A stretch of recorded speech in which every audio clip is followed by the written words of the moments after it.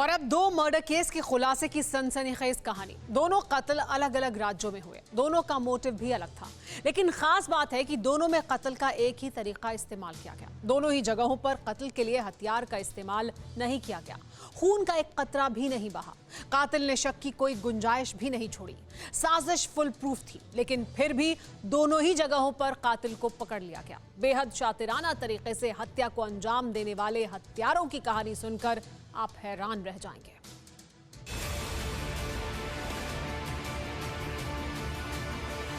सात समंदर पार तैयार हो रही थी एक साजिश।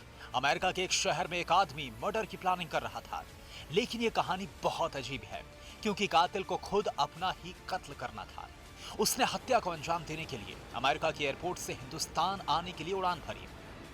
हिंदुस्तान में विमान की लैंडिंग हुई और भीड़ में गुम वो कातिल अपनी मंजिल की तरफ बढ़ने लगा। माया नगरी मुंबई से वो महाराष्ट्र के एक ऐसे जिले की तरफ बढ़ा जहां उसका बचपन बीता था, जहां उसका पैतृक घर था। कत्ल का प्लान तैयार था, लेकिन जरूरत अब हथियार की थी। कातिल ने कत्ल के लिए एक जहरीले सांप को हथियार बनाने का फैसला किया। सांप को पकड़ लिया गया।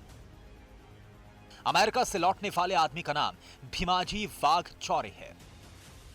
भीमाजी वाघचौरे 20 साल अमेरिका में रहने के बाद भारत लौटा था। अप्रैल में भारत आने के बाद वो महाराष्ट्र के अहमदनगर गया। अहमदनगर का राजूर गांव भीमाजी का पैतृक गांव है। प्लानिंग कामयाब हुई और अचानक 22 अप्रैल को पुलिस को खबर दी गई कि भीमाजी को कोबरा ने डस लिया और उसकी मौत हो गई है। पुलिस ने केस को ओपन एंड शट माना। भीमाजी का अंतिम संस्कार कर दिया गया, लेकिन कुछ ही दिन बाद पुलिस को यह केस दोबारा खोलना पड़ा, क्योंकि प्रभाकर भीमाजी वाघचौरे का 37 करोड़ का बीमा था। बीमा की रकम देने से पहले कंपनी ने जांच शुरू कर दी।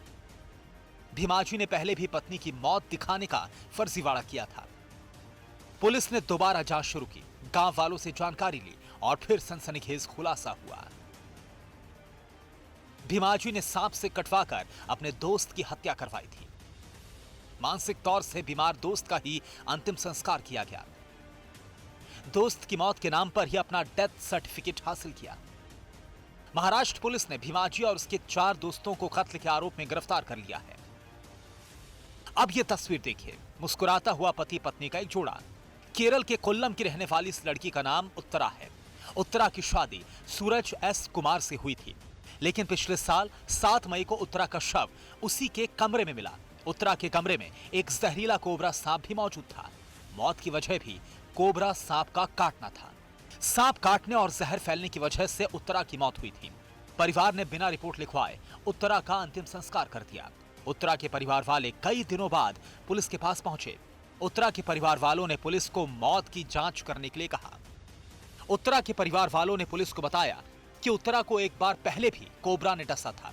उस वक्त भी पति साथ था, लेकिन जान बच गई। सवाल उठाया कि बंद कमरे में कोबरा कैसे पहुंच सकता है। पुलिस ने जांच के दौरान कई सबूत जुटाए और सूरज से सख्ती से पूछताछ की तो कत्ल की पूरी कहानी सामने आ गई।